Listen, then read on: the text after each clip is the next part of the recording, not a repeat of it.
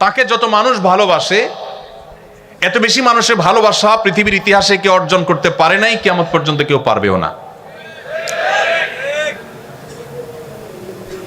মুসলমানরা পৃথিবীতে সবচেয়ে সংখ্যা বেশি তা কিন্তু না, আমরা জানি। কিন্তু এত সত্ত্বেও মুহাম্মদ সাল্লাল্লাহু আলাইহি সাল্লাম পৃথিবীতে চলে যাওয়ার প্রায় ১৫০০ বছর অতিক্রান্ত হওয়ার পরও এখনো যদি পৃথিবীর কোনো প্রান্তে কেউ মুহাম্মদ সাল্লাল্লাহু আলাইহি সাল্লামকে নিয়ে একটা কটু কথা বলে, পৃথিবী জুড়ে লক্ষ লক্ষ কোটি কোটি মানুষের হৃদয়ে রক্তক্ষরণ হয় কি হয় না? এই যে হৃদয়ে রক্তক্ষরণ হয়, ১৫০০ বছর আগে একজন মানুষ পৃথিবী থেকে চলে গেছেন। ১৫০০ বছর, ১৫০ বছর না। কতটা প্রভাব মানুষের অন্তরে তিনি রেখে গেছেন যে ১৫০০ বছর পরও যদি তাকে নিয়ে কেউ কোনো কটু কথা বলে, কোটি কোটি মানুষ পৃথিবী জুড়ে এখনো তার জন্য কাঁদে, চোখের পানি ফেলে, সংক্ষুব্ধ হয়। এর বিপরীতে আসুন, মাত্র ১৫০ বছর, ১৫০০ না, মাত্র ১৫০ বছর আগে পৃথিবী থেকে চলে যাওয়া কোনো মনীষী, হতে পারেন কোনো প্রভাবশালী পলিটিশিয়ান, হতে পারেন কোনো বড় বিজ্ঞানী যার অনেক অবদান আছে মানুষের জন্য, হতে পারেন কোনো ধর্মীয় ব্যক্তিত্ব যিনি অনেক বেশি জনপ্রিয় ছিলেন, হতে পারেন যে কোনো সেক্টরের মানুষ, মাত্র ১৫০ বছর আগে পৃথিবীতে ছিলেন, খুবই প্রাসঙ্গিক ছিলেন যখন ছিলেন। তিনি চলে যাওয়ার পর এখন যদি গুলিস্তানের মোড়ে দাঁড়িয়ে কেউ তার ১৪ গোষ্ঠীর নামের তালিকা ধরে ধরে গালিগালাজ করে বা নিন্দামন্দ করে, খারাপ বা কটু কথা বলে, আপনি আশপাশে মাথা ঘুরিয়ে তাকালে দেখতে পাবেন কারোর কোনো ভাবলেশ নেই, কারোর কোনো ভাবনা নেই, কারোর কোনো মাথা ব্যথা নেই। পৃথিবীতে যদি কেউ অমর হতে চায়, পৃথিবীতে যদি কেউ টিকে থাকতে চায়, পৃথিবীতে যদি কেউ সহস্র সহস্র বছর, লক্ষ বছর প্রাসঙ্গিক থাকতে চায়, মুহাম্মদ সাল্লাল্লাহু আলাইহি সাল্লামের জীবন ইতিহাস চর্চার কোনো বিকল্প পথ তার সামনে খোলা নেই। আপনি আমাকে দেখাতে পারবেন না আরেকজন মানুষ ১৫০০ বছর আগে পৃথিবীতে ছিলেন, এখনো তিনি প্রাসঙ্গিক, এখনো তার জন্য মানুষের মন কাঁদে। আপনাদের পছন্দের অনেক খেলোয়াড় আছে, অনেক তথাকথিত তারকা আছে, আমি জানি আপনারা অনেকে ফলো করেন, যাদের হয়তো সোশ্যাল মিডিয়াতে মিলিয়ন মিলিয়ন ফলোয়ার্স আছে। তারা যদি অবসরে চলে যান তাদের খেলা থেকে, তাদের সেক্টর থেকে, কয়েক বছরের মধ্যেই দেখবেন তারা অপ্রাসঙ্গিক হয়ে গেছেন। বড়জোর ১ যুগ ২ যুগ বা সামান্য কিছু বছর হয়তো তাদের নিয়ে আলোচনা হবে, একটা সময় তারা ইতিহাসের পাতায় হারিয়ে যাবেন। কালে ভদ্রে তাদের নাম হয়তো উল্লেখ নেওয়া হবে, তাদের কোনো ভক্ত অনুরক্ত সেভাবে থাকবে না, কোনো প্রভাব সেভাবে থাকবে না। যত নবী রাসূল পৃথিবীতে এসেছেন সবাই পৃথিবীতে সবচেয়ে বেশি প্রভাব সৃষ্টিকারী, সবচেয়ে বেশি প্রাসঙ্গিক। বিজ্ঞানের উৎকর্ষের এই সময় এসেও সাল্লাল্লাহু আলাইহি সাল্লামের প্রাসঙ্গিকতা চুল পরিমাণ, বিন্দু পরিমাণ কমে নাই, বরং বাড়ছে।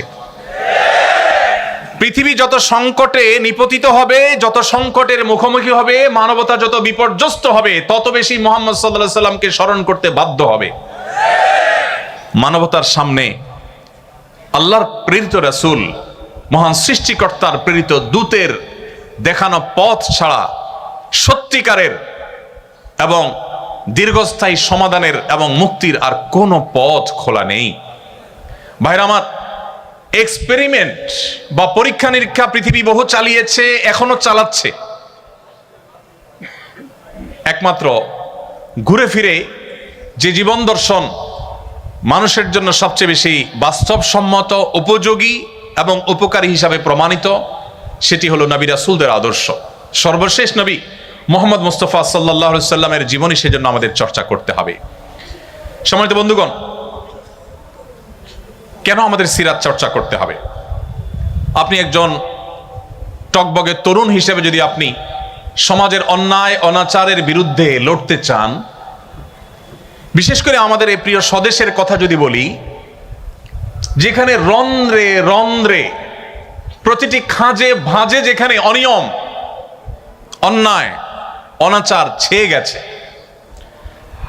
আপনি যদি জগদ্দলে পাথর সমাজের বুক থেকে সরাতে চান, তাহলে আপনার জন্য মুহাম্মদ সাল্লাল্লাহু আলাইহি সাল্লামের সিরাত চর্চার কোনো বিকল্প নেই।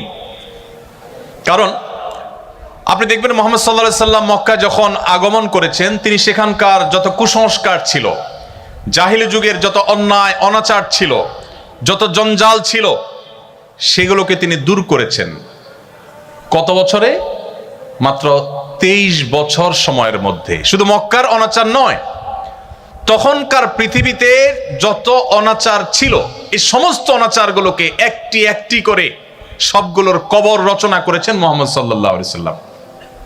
আপনারা জানেন, আমাদের বোনরা শুনছেন এখানে নিশ্চয়ই, কন্যা হিসাবে যে সমাজে জন্মগ্রহণ করাটাকে অপরাধ মনে করা হতো। আল্লাহ কোরআনে বলেছেন, ওয়াইযা বুশশিরা আহাদুহুম বিল উনসা যাল্লা ওয়াজহুহু মুসওয়াদ্দান ওয়া হুয়া কাযীম। নবী সাল্লাল্লাহু আলাইহি সাল্লাম যে সমাজে এসেছেন, সে সমাজে কারোর কন্যা সন্তান হয়েছে এই সংবাদ শোনানো হলে তার মুখটা কালো হয়ে যেত। ইয়াতাওয়ারা মিনাল কওম, তিনি মুখ লুকাতেন, মানুষের সামনে মুখ দেখাতে চাইতেন না, কারণ তার কন্যা সন্তান হয়েছে। আপনি চিন্তা করতে পারেন যে এই জায়গা ছিল কন্যা বা মেয়েদের অবস্থান। সময় কিন্তু 23 বছর। মাত্র এই 23 বছরের মধ্যে নারীকে সেই অতল গভীর থেকে তুলে আকাশের সর্বোচ্চ শিখরে রেখে নবী করিম সাল্লাল্লাহু আলাইহি সাল্লাম এমন এক সমাজ গঠন করেছেন মাত্র 23 বছরে, যেই সমাজে কন্যার বাবা হওয়া ছেলের বাবা হওয়ার চাইতে বেশি গৌরবের বিষয়ে পরিণত হয়েছে। আপনারা অনেকেই হাদিস জানেন, নবী করিম সাল্লাল্লাহু আলাইহি সাল্লাম বলেছেন, কারোর যদি দুটি কন্যা সন্তান থাকে এবং সে যদি সেই দুটি কন্যা সন্তানকে সুশিক্ষা দেয়, সঠিক দীক্ষা দেয়, তাদের মধ্যে কোনো বৈষম্য না করে, সুবিচার করে, তাদেরকে সুশিক্ষা শিক্ষিত করে, আদর্শবান মুসলিম করে, ভালো পাত্রস্থ করে, এক কথা তাদের সকল অধিকার যদি সঠিকভাবে আদায় করে এবং কন্যা সন্তান হয়েছে এটার জন্য তিনি কোনো লজ্জিত, অনুতপ্ত বা হেজিটেশন ফিল না করে প্রাউড ফিল করেন, নবী করিম সাল্লাল্লাহু আলাইহি সাল্লাম তার জন্য জান্নাতের, বরং নবী সাল্লাল্লাহু আলাইহি সাল্লামের সান্নিধ্যে জান্নাতে থাকার শুভ সংবাদ দিয়েছেন। অথচ আমি নিজেও ছেলে, আপনারাও এখানে আমার সামনে যারা আছেন তারা ছেলে। এমন কোন হাদিস আমি পাইনি যে এক ডজন পুত্র সন্তান জন্ম দেওয়ার এই সৌভাগ্য বিরল অর্জনের কারণে নবী সাল্লাল্লাহু আলাইহি সাল্লাম কোনো বাবা মাকে এই সুসংবাদ শুনিয়েছেন যে জান্নাতের বারান্দার কাছাকাছি যাওয়া যাবে। আমি এটা পাইনি। কিন্তু দুটি কন্যা সন্তান হলে জান্নাতে শুধু থাকা না, নবী সাল্লাল্লাহু আলাইহি সাল্লামের সান্নিধ্যের সৌরভ পাবে, এই শুভ সংবাদ তিনি দিয়েছেন। শুধু তাই নয়, ইমাম মালিক রাহমাতুল্লাহর একটা চমৎকার উক্তি আছে, তিনি বলেছেন, আল আম্বিয়া ওয়া আবুল বানাত, নবী রাসূলগণ কাকতালীয় ভাবে হোক আর আল্লাহ তাআলার সুপরিকল্পনার অংশ হোক, অবশ্যই আল্লাহর প্রত্যেকটা কাজে হিকমত দেওয়ার পরিপূর্ণ।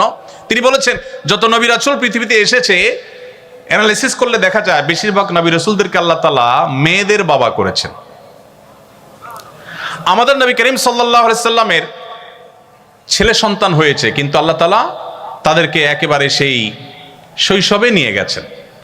তার 4টি কন্যা সন্তান স্বাভাবিক জীবনযাপন করে বড় হয়ে সংসার করে তারপর দুনিয়া থেকে গেছেন। 4টি কন্যা সন্তান, একটি ছেলে সন্তানও তার বড় হয়ে স্বাভাবিক জীবনযাপন করবার সুযোগ পায়নি। অর্থাৎ নবী করিম সাল্লাল্লাহু আলাইহি সাল্লাম 4 জন মেয়ের বাবা ছিলেন, এবং এজন্য মক্কার মুশরিকরা তাকে বিদ্রুপ করে বলতো যে মুহাম্মদ মারা গেলে তার নাম নেয়ার মতো মানুষ কেউ থাকবে না, কারণ কোনো ছেলে নাই, তার বংশ কিভাবে থাকবে টিকে। যারা বলেছিল তারা ইতিহাসের আস্থা করে নিক্ষিপ্ত হয়ে গেছে।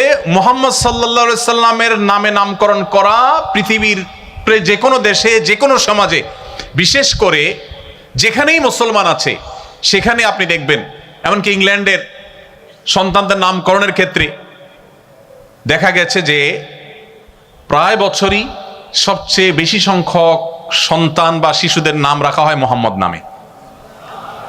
যারা মনে করেছিল মুহাম্মদ সাল্লাল্লাহু আলাইহি সাল্লামের ছেলে সন্তান না থাকলে তিনি হারিয়ে যাবেন, তারা হারিয়ে গেছে। মুহাম্মদ সাল্লাল্লাহু আলাইহি সাল্লাম পৃথিবীতে এখনো প্রাসঙ্গিক আছেন। ভাইরা আমার,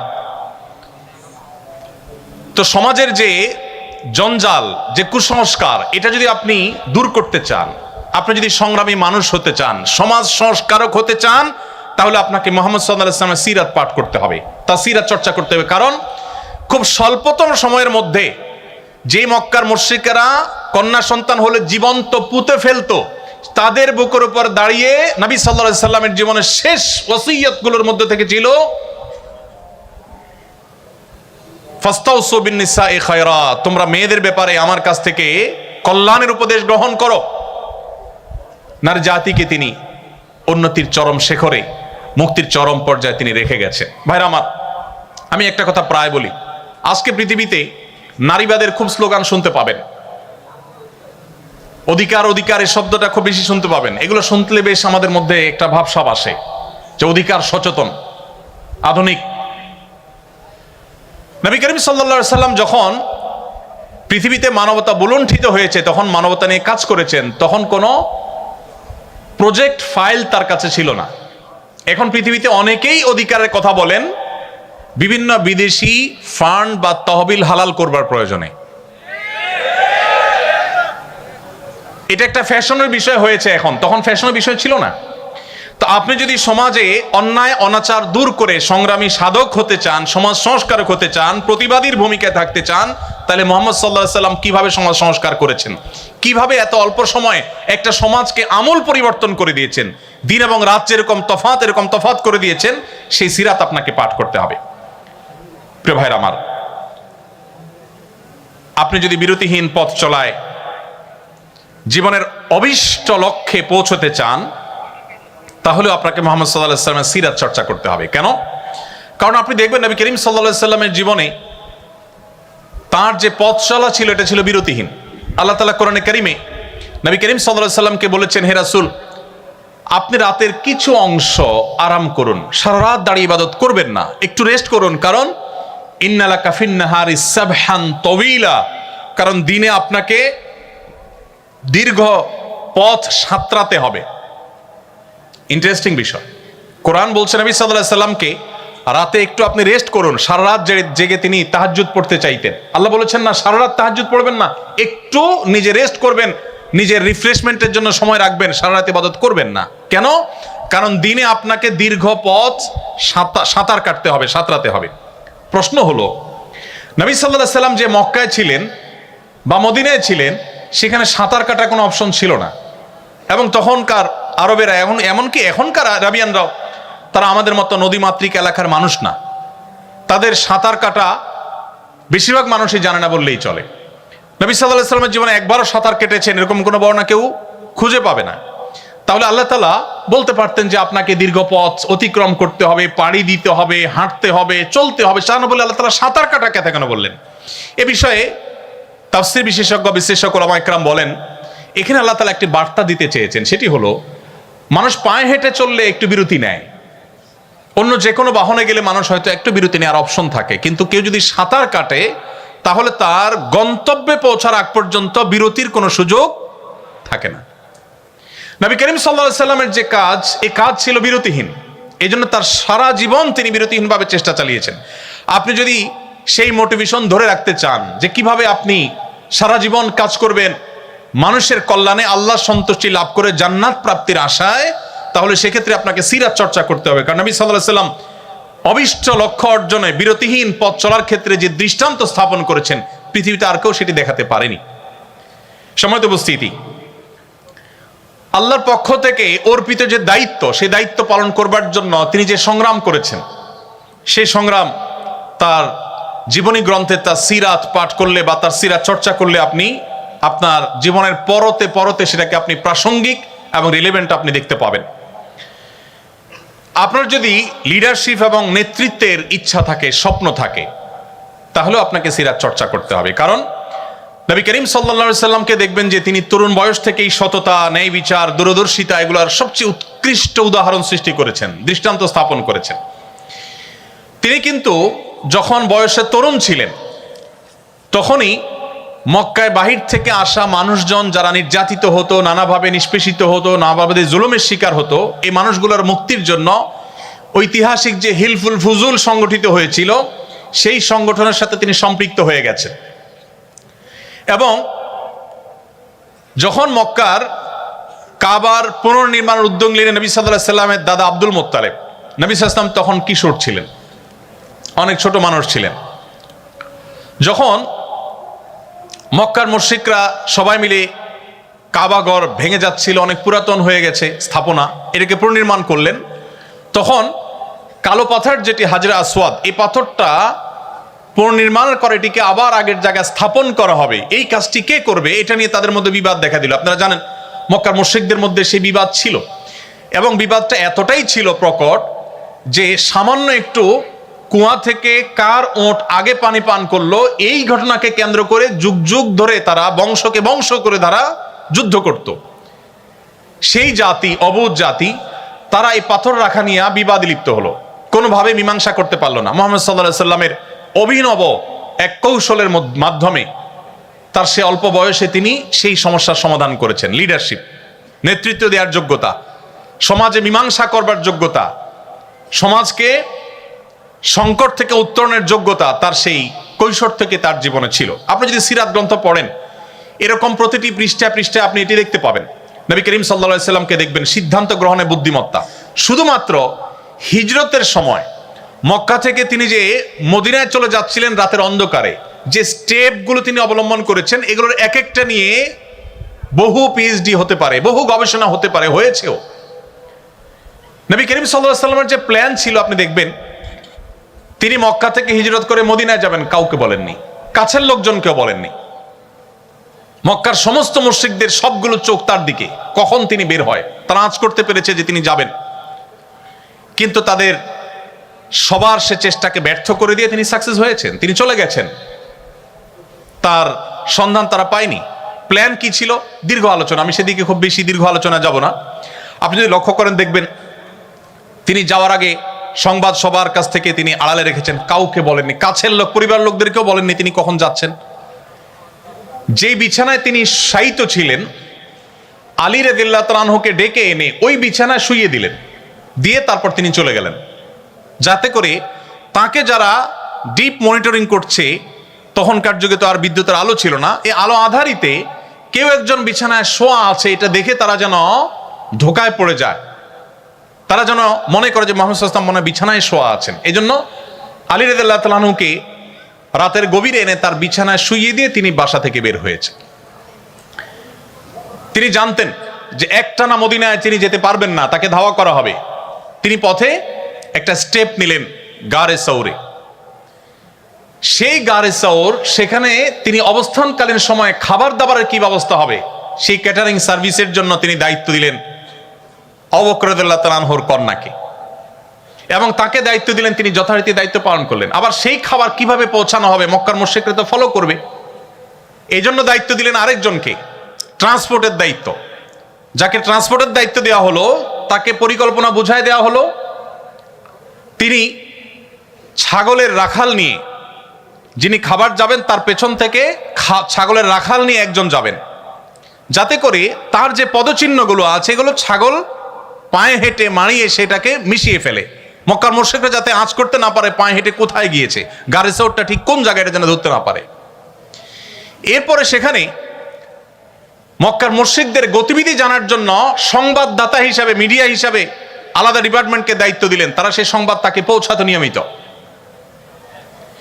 এভাবে একটি একটি করে শুধুমাত্র তার হিজরতের প্ল্যান পরিকল্পনা যদি আমরা শুনি, তো আমরা অবাক হয়ে যাব যে আজকাল পৃথিবীতে বহু ট্রেনিং, বহু গবেষণা, বহু পড়াশোনা, বহু স্টাডি, বহু উচ্চতর ডিগ্রি নিয়েও মানুষ যে সমস্ত প্ল্যান প্রোগ্রাম করতে পারে না, নবী সাল্লাল্লাহু আলাইহি ওয়াসাল্লাম জীবনে সেটি করেছেন।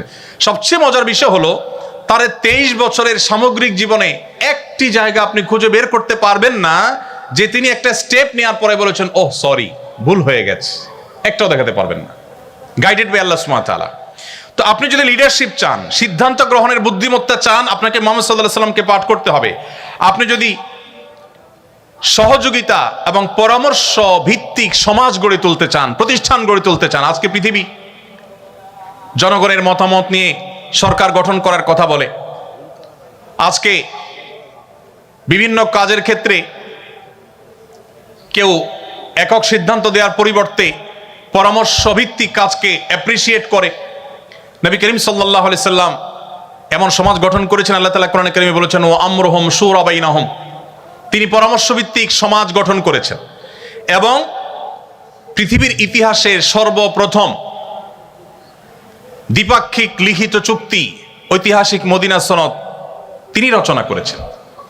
তার আগে ভিন্ন মতের মানুষের সাথে সমঝোতা স্মারক, লিখিত সমঝোতা স্মারক পৃথিবীর ইতিহাসে কেউ কখনো রচনা করেনি, তিনি প্রথম করেছেন।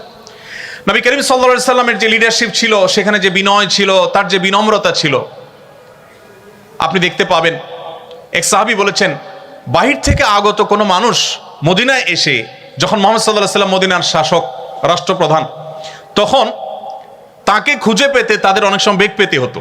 মসজিদে তিনি যখন বসা থাকতেন তার অনুসারী, তার সাহাবীদের সাথে, তখন বাইরে থেকে আসা আগন্তুকরা অনেক সময় জিজ্ঞেস করতে হতো, মান ফিকুম মুহাম্মদ, তোমাদের মধ্যে মুহাম্মদ লোকটা কে?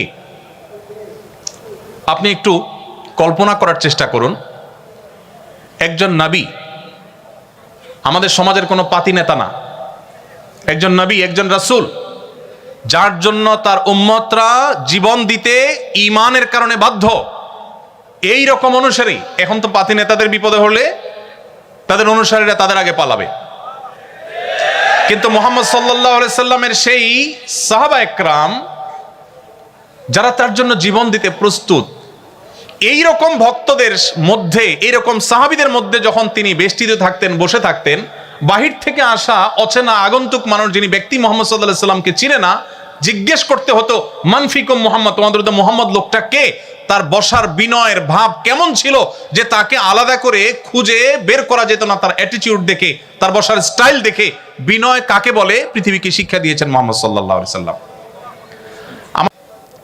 যে পরিমাণ সভাপতি আর সহসভাপতির বাম্পার ফলন হয়েছিল আপনারা জানেন। রাস্তাঘাটে,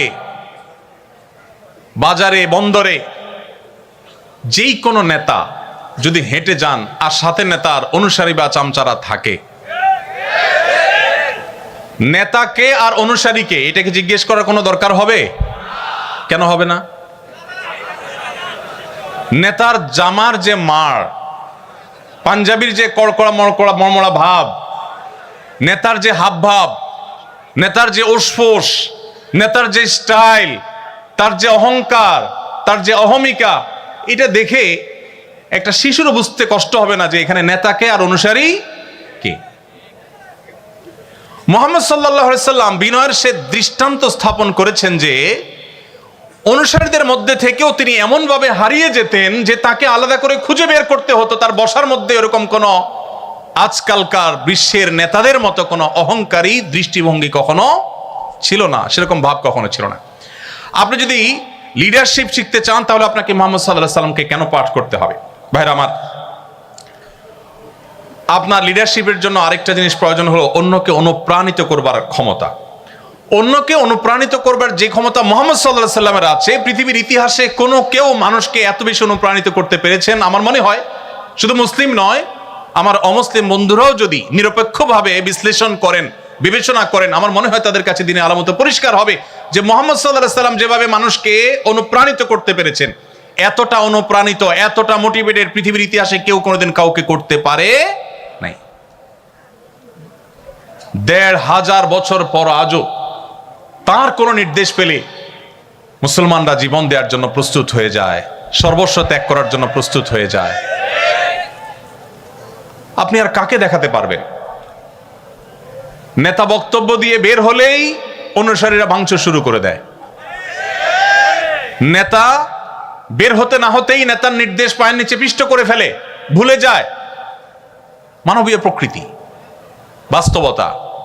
মুহাম্মদ সাল্লাল্লাহু আলাইহি সাল্লাম ১৫০০ বছর আগে কোনো কথা বলে গেছেন, ১৫০০ বছর পরও লক্ষ লক্ষ কোটি কোটি মানুষ পেঠা সেটাকে পুঙ্খানুপুঙ্খ রূপে বাস্তবায়ন করবার জন্য জীবন বাজি দিতে পর্যন্ত প্রস্তুত। আপনি যদি পৃথিবীকে মোটিভেটেড করতে চান, আপনি যদি আপনার জাতিকে জাগ্রত করতে চান, আপনি যদি আপনার জাতির লিডারশিপের দায়িত্ব নিতে চান, মুহাম্মদ সাল্লাল্লাহু আলাইহি সাল্লামের জীবনী চর্চার কোনো বিকল্প আপনার সামনে পথ খোলা নেই। সম্মানিত উপস্থিতি, আপনি যদি ঐক্যবদ্ধ করতে চান আপনার জাতিকে, বিশ্ব মানবতাকে, আপনি যদি মানুষের প্রচেষ্টাগুলোকে একত্র করতে চান, সেক্ষেত্রে আপনাকে সিরাত চর্চা করতে হবে। আল্লাহ রাব্বুল আলামিন কোরআনে কারিমে একাধিক জায়গায় বলেছেন নবী সাল্লাল্লাহু আলাইহি সাল্লামের অবদানের কথা। বিশ্ব মানবতার প্রতি তার যে সমস্ত অবদানগুলো ছিল, এর মধ্যে থেকে অন্যতম অবদান ছিল তিনি মানব জাতিকে কখনো বিভক্ত করেননি, ঐক্যবদ্ধ করার চেষ্টা করেছেন। যারা তার ধর্ম অনুসরণ করে নাই, তার কথা মানে নাই, তাদেরকেও শান্তিপূর্ণভাবে সমাজে বসবাস করবার অধিকার তিনি এমনভাবে বাস্তবায়ন করেছেন, অন্য ধর্মাবলম্বী যারা মুসলমানদের সাথে শান্তিপূর্ণ সহাবস্থানে বিশ্বাসী, যারা মুসলমানদের সাথে নানাভাবে নানা চুক্তিতে তারা আবদ্ধ, সেই রকম অন্য ধর্মাবলম্বীদের কাউকে যদি হত্যা করে কোনো মুসলমান হত্যা না, কোনো অমুসলমানকে যদি এভাবে হত্যা করে, নবী করিম সাল্লাল্লাহু আলাইহি ওয়াসাল্লাম সেই মুসলমানকে শাসিয়েছেন, সতর্ক করেছেন যে সে যত ভালো কাজ করুক, যত নেকামল করুক না কেন, জান্নাতের গ্রাণ পর্যন্ত সে মুসলমান পাবে না। নবী করিম সাল্লাল্লাহু আলাইহি ওয়াসাল্লাম সেই আদর্শ আমাদেরকে দিয়েছেন, যে আদর্শের বর্ণনা আল্লাহ কোরআনে বর্ণনা করেছেন। যে সমস্ত অন্য ধর্মাবলম্বী মুসলমানেরা তোমাদেরকে যুদ্ধ চাপিয়ে দেয়নি, তোমাদের দেশ থেকে বের করে দেয়নি, শান্তিপূর্ণ সহাবস্থান করছে, অন্য ধর্মের মানুষ কিন্তু তোমার সাথে শান্তিপূর্ণ সহাবস্থান করছে। লা ইয়ানহাকুমুল্লাহু আনিল্লাযীনা লাম ইউকাতিলুকুম ফিদ-দীন ওয়া লাম ইখরিজুকুম মিন দিয়ারিকুম আন তাবাররুহুম ওয়া তুকসিতু ইলাইহিম, তাদের প্রতি সদাচরণ করতে, ভালো আচরণ করতে, ন্যায়নিষ্ঠ আচরণ করতে আল্লাহ তোমাদের বাধা দেয় না, বরং ইন্নাল্লাহা ইউহিব্বুল মুকসিতিন, সেই অমুসলিমদেরকে, অন্য ধর্মাবলম্বীদের প্রতি ন্যায়নিষ্ঠ আচরণকারীদেরকে আল্লাহ তাআলা ভালোবাসেন। আজ সংখ্যালঘুদের অধিকারের কথা শুনবেন। যারা আমাদের সকাল বিকালে সবকটা দেয় যে সংখ্যালঘুদের পরে আমাদের দায়িত্বশীল হতে হবে, তাদের দেশগুলোতে আপনি দেখবেন সংখ্যালঘুরা সবচেয়ে বেশি নির্যাতিত। মুসলমানরা সব যে একেবারে পবিত্র দুধের দোয়া বা সবাই যে বলে উঠবে আমি তা বলছি না, কিন্তু ইসলাম সেই ধর্ম, যেই ধর্ম অন্য ধর্মাবলম্বী বা ভিন্ন মতের মানুষদেরও বেঁচে থাকা শুধু নয়, সম্মানজনকভাবে বেঁচে থাকা, তাদের অধিকারের ব্যাপারে আমাদেরকে সতর্ক করেছে। এই জন্য আপনি দেখবেন মুহাম্মদ সাল্লাল্লাহু আলাইহি সাল্লামের শুধু আচরণের কারণে অজস্র অমুসলিমেরা ইসলামের ছায়া তুলে এসেছেন। ভাইরা আমার, আপনি যদি আপনার জাতিকে ঐক্যবদ্ধ করতে চান, আমি আপনাকে অনুরোধ করব আপনি আউস এবং খাজরাজের ঐক্যবদ্ধ হওয়ার ইতিহাসটা কোরআন থেকে একটু পড়ে নেবেন। আল্লাহ রাব্বুল আলামিন কোরআনে সেটি উল্লেখ করেছেন যে আউস এবং খাজরাজ দুটি গোত্র মদিনার, তারা পরস্পরের মধ্যে যুদ্ধে লিপ্ত ছিল যুগ যুগ ধরে। বাবা মারা যাওয়ার সময় ছেলেকে ওসিয়ত করতো, বাপ আমার প্রতিপক্ষের সাথে যুদ্ধ শেষ করে যেতে পারলাম না, সমূলে শেষ করে যেতে পারলাম না, ওসিয়ত করে যাচ্ছি যুদ্ধটা তুই চালায় যাস। এই ছিল তাদের অতীত, এই ছিল তাদের ইতিহাস। মুহাম্মদ সাল্লাল্লাহু আলাইহি সাল্লামের সান্নিধ্যের সৌরভে যুগ বা বছরের প্রয়োজন হয়নি, তার সান্নিধ্যের সৌরভ এতটা আকর্ষণ করত, এতটা স্পর্শ করত, এতটা মোটিভেটেড করত যে মুহূর্তের মধ্যে ঈমান আনার পর তারা এতটাই পরিবর্তিত হলো যে একই প্লেটে, একই দস্তরখানে বসে তারা খাবার খাচ্ছিলেন। একজনের জীবন রক্ষা করার জন্য আরেকজন জীবন দিতে তারা কার্পণ্য করেননি। আল্লাহ তাআলা কোরআনে কারিমে সেটিকে বিভিন্ন জায়গায় উল্লেখ করেছেন। এই জন্য আপনি যদি জাতিকে, বিশ্ব মানবতাকে ঐক্যবদ্ধ করার কাজ করতে চান, আপনি যে কোনো সেক্টরে ঐক্য এবং সম্প্রীতির বন্ধন তৈরি করতে চান, মুহাম্মদ সাল্লাল্লাহু আলাইহি সাল্লামকে আপনাকে চর্চা করতে হবে। আপনি দেখতে পাবেন সেই মক্কা থেকে আসা, হিজরত করে আসা মুহাজির সাহাবীরা কিভাবে মদিনার সাহাবীদের কাছে আপন হয়ে গেছেন। তারা যখন এসেছেন মদিনায়, মদিনার সাহাবীরা বললেন যে আমাদের ব্যবসার অর্ধেক দিয়ে দিচ্ছি আপনাদেরকে। কেউ বা ব্যবসার অর্ধেক অফার করলেন, কারণ একাধিক স্ত্রী আছে, তিনি বলেছেন যে ঠিক আছে, আমার একজন স্ত্রী, আমি তাকে ডিভোর্স দিয়ে দিচ্ছি, আপনার স্ত্রী রেখে এসেছেন, সংসার, আপনার জীবন সবকিছু বিপন্ন প্রায়, আপনাকে আমি আমার ভাই হিসেবে এই সুযোগ দিচ্ছি যে আমার ডিভোর্স হয় স্ত্রীর সাথে আপনি বিবাহ বন্ধনে আবদ্ধ হতে পারেন, বিবাহ আপনি করতে পারেন, ব্যবসার অংশ নিতে পারেন, ইত্যাদি ইত্যাদি। মক্কা থেকে আসা সাহাবীরা বলেছেন তাদের সাথে কিছু নেই, সব সহায় সম্পদ রেখে আসতে হয়েছে। পৃথিবীতে আজও তো বহু শরণার্থী শিবির পৃথিবীর দেশে দেশে আছে। মুহাজিররা যে শরণার্থী হয়ে বা মুহাজির হয়ে মক্কা থেকে মদিনা এসেছেন, মুহাম্মদ সাল্লাল্লাহু আলাইহি সাল্লামের নেতৃত্ব, তার সিরাত এর সৌরভ সান্নিধ্য তাদেরকে কি করেছে?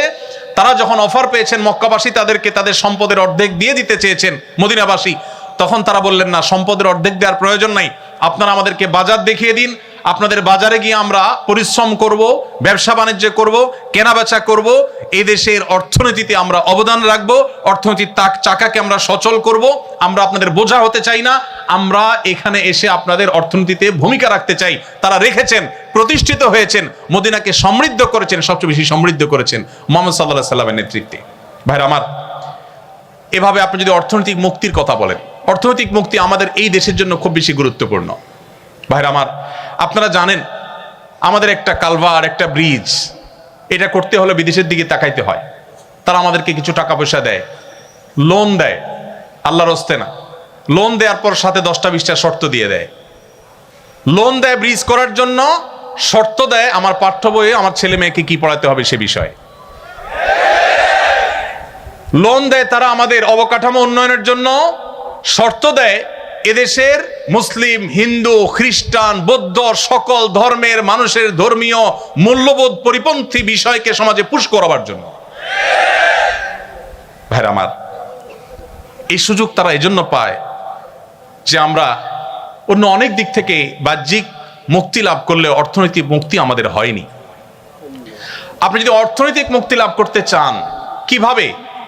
খালি হাতে মক্কা থেকে আসা হাজার হাজার অগণিত মুহাজির সাহাবীদের কিভাবে সমৃদ্ধ করেছেন নবী সাল্লাল্লাহু আলাইহি ওয়াসাল্লামের বলিষ্ঠ নেতৃত্ব, তার প্ল্যান, কিভাবে মদিনার সমাজকে প্রতিষ্ঠিত করতে ভূমিকা রেখেছেন, আপনার তাকে অনুসরণ করতে হবে।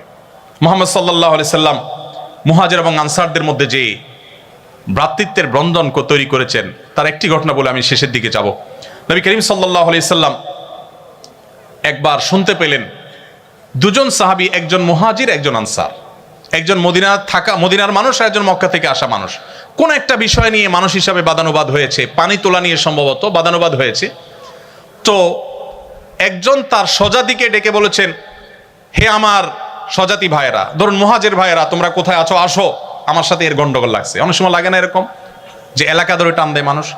নবী করিম সাল্লাল্লাহু আলাইহি সাল্লাম এই ডাক শুনে অত্যন্ত রাগান্বিত হয়ে গেলেন। তিনি সহজে যেনতেনভাবে রাখতেন না, তিনি রেগে গেলেন। এখন রাগান্বিত হয়ে তিনি তার স্বভাব সুলভ ভঙ্গিতে তিনি বললেন,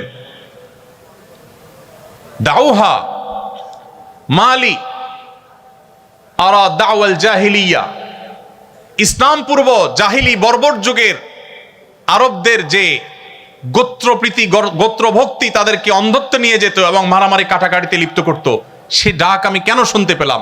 দাউহা ফাইন্নাহা মুনতিনা, তোমরা এই বিভেদের ডাক, বিচ্ছেদের ডাক, এটা পরিহার করো, এটা দুর্গন্ধযুক্ত, ঐক্যবদ্ধ থাকো।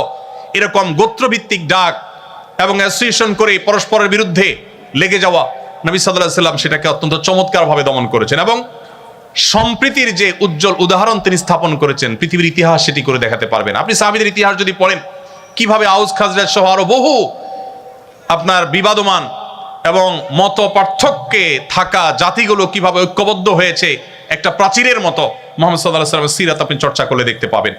সমস্ত সম্প্রদায়ের মধ্যে কিভাবে ন্যায্যতা প্রতিষ্ঠা করতে হয়, খোদ ইহুদিদের সাথে চুক্তি করার পর তাদের প্রতি যেন কোনো অবিচার না হয়, তাদের প্রতি যেন কোনো জুলুম না হয়, তার সর্বোচ্চ চেষ্টা তিনি করেছেন এবং সফল তিনি হয়েছেন।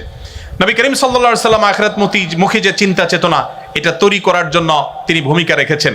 এবং একজন মানুষ, একজন মুসলমানের জীবনের সবচেয়ে বড় সার্থকতা হলো তার এখানেই শেষ না, আসল জীবন তার সামনে আছে। সে ওই দৃষ্টিভঙ্গিকে সামনে রেখে যখন চলবে, তখন তার সে পথ চলা হবে অনেক বলিষ্ঠ, অনেক শক্তিশালী, সে কখনো ডিপ্রেসড হবে না। কেন আখিরাতের বিশ্বাসটা যৌক্তিক?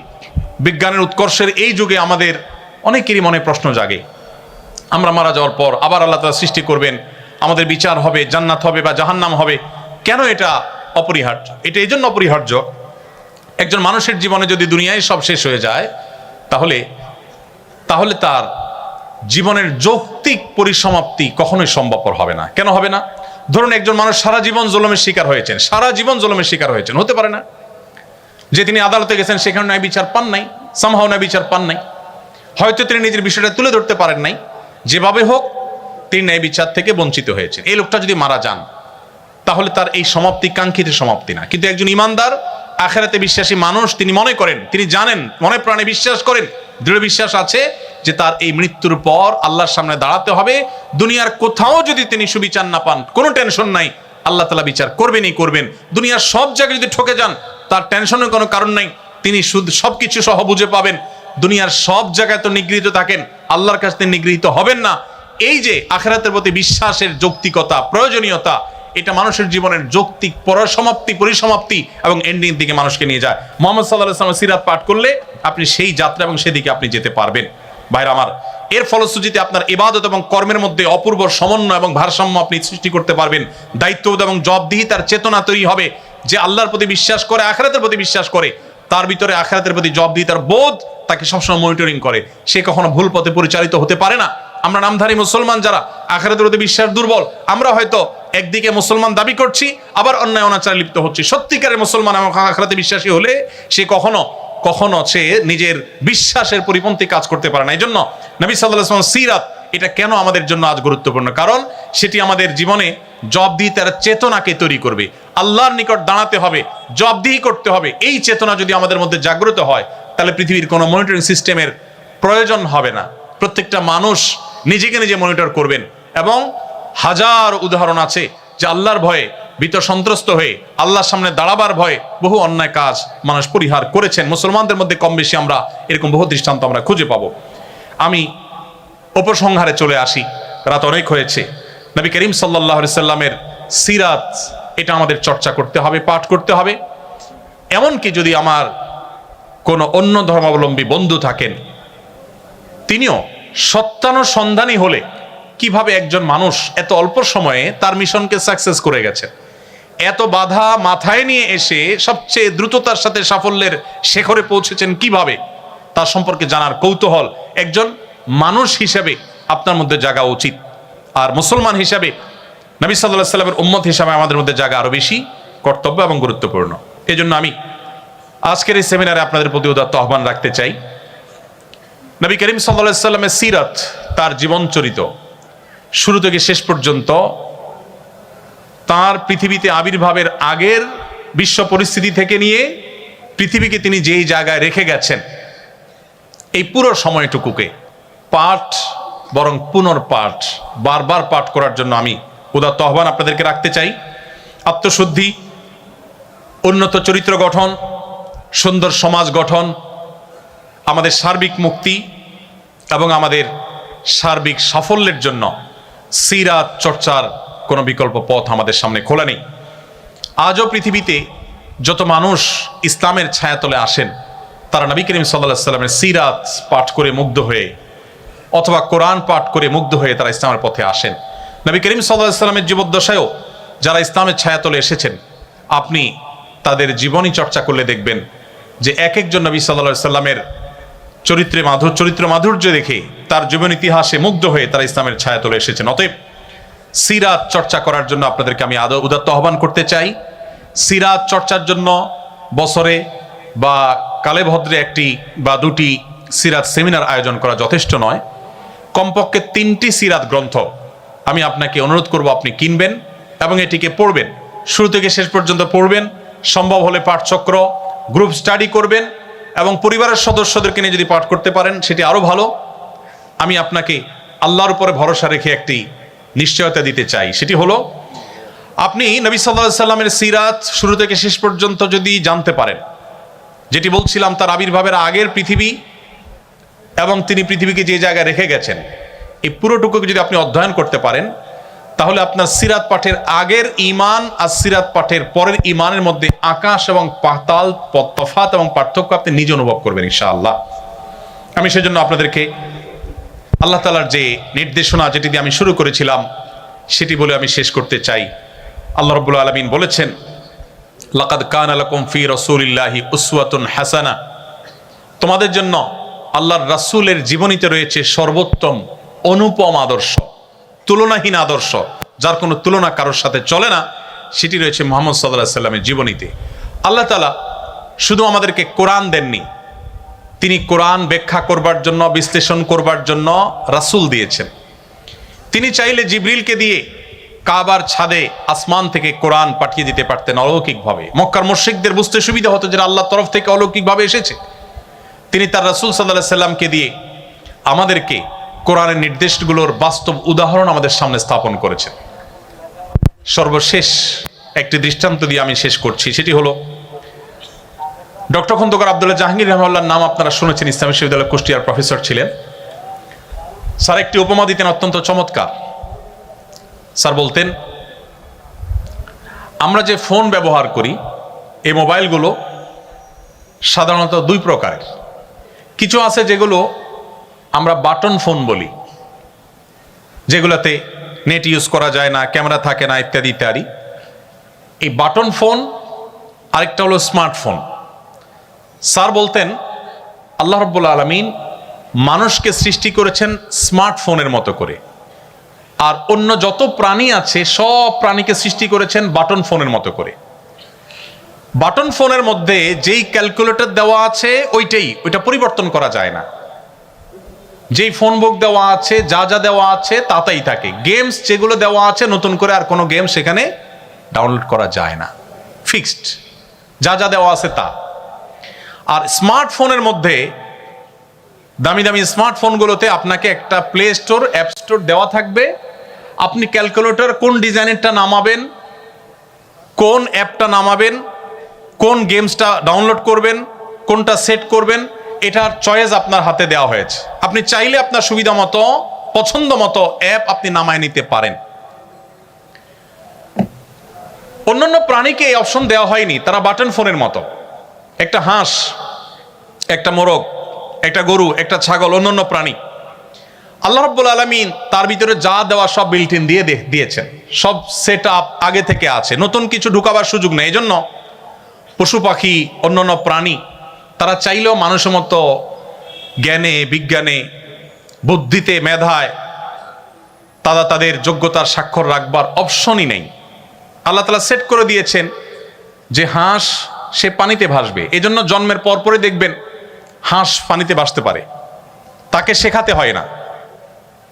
মানুষের সন্তানকে হাঁটা শেখাতে হয়, পশু পাখিকে হাঁটা শেখাতে হয় না। তাকে যে জন্য সৃষ্টি করা হয়েছে, ওই যে বাটন ফোনের মতো সবকিছু বিল্ট ইন দেওয়া আছে, অটোমেটিক ওইটা থাকবে, কাজ করবে, নতুন কিছু সেখানে ঢুকবে না। কিন্তু মানুষকে যেহেতু আল্লাহ তাআলা স্মার্টফোনের মতো তৈরি করেছেন, ব্ল্যাঙ্ক ব্রেন দিয়ে দিয়েছেন, চোখ দিয়ে দিয়েছেন, অপশন দিয়ে দিয়েছেন, সে তার চয়েস মতো অপশন বা অ্যাপগুলোকে সে নিজের ভিতর ঢোকাতে পারে। কেন মুহাম্মদ সাল্লাল্লাহু আলাইহি সাল্লামের জীবনী চর্চা প্রয়োজন? কারণ আল্লাহ তাআলা আমাদেরকে স্মার্টফোনের মতো তৈরি করেছেন। সো আমরা যদি ভালো কিছু আমাদের ভিতরে ধারণ করি তাহলে তার রিফ্লেক্ট আমাদের জীবনে পড়বে। আমরা যদি ভুল কিছু ধারণ করি তার রিফ্লেক্ট আমাদের মধ্যে পড়বে।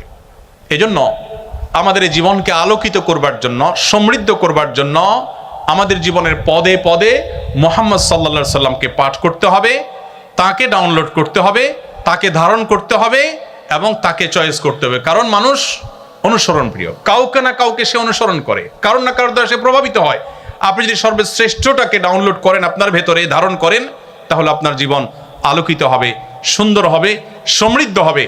আপনার আলো দ্বারা আলোকিত করতে পারবেন আপনার সমাজকে, আপনার আশপাশকে, বিশ্ব মানবতাকে, আপনার প্রিয় স্বদেশকে। আল্লাহ রাব্বুল আলামিন আমাদের সবাইকে সিরাতে রাসূলের আলো দ্বারা আলোকিত হওয়ার তৌফিক দান করুন। সিরাতে রাসূলের রিফ্লেকশন যেন আমাদের জীবনের পরতে পরতে হয়, পদে পদে হয়, আল্লাহ তাআলা সেই তৌফিক আমাদেরকে দান করুন। আমরা যারা মুহাম্মদ সাল্লাল্লাহু আলাইহি সাল্লামের উম্মত হিসাবে নিজেদেরকে স্বীকার করছি, দাবি করছি, আমরা যেন বুঝে শুনে তার উম্মত হই, আমরা যেন পড়ে শুনে তার উম্মত হই, স্টাডি করে চর্চা করে তার উম্মত হই।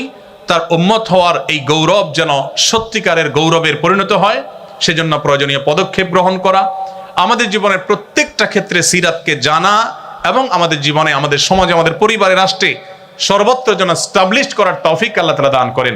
সেজন্য সেই দোয়া রব্বে কারীমের কাছে ব্যক্ত করে শেষ করছি। জাযাকুমুল্লাহু খায়রা।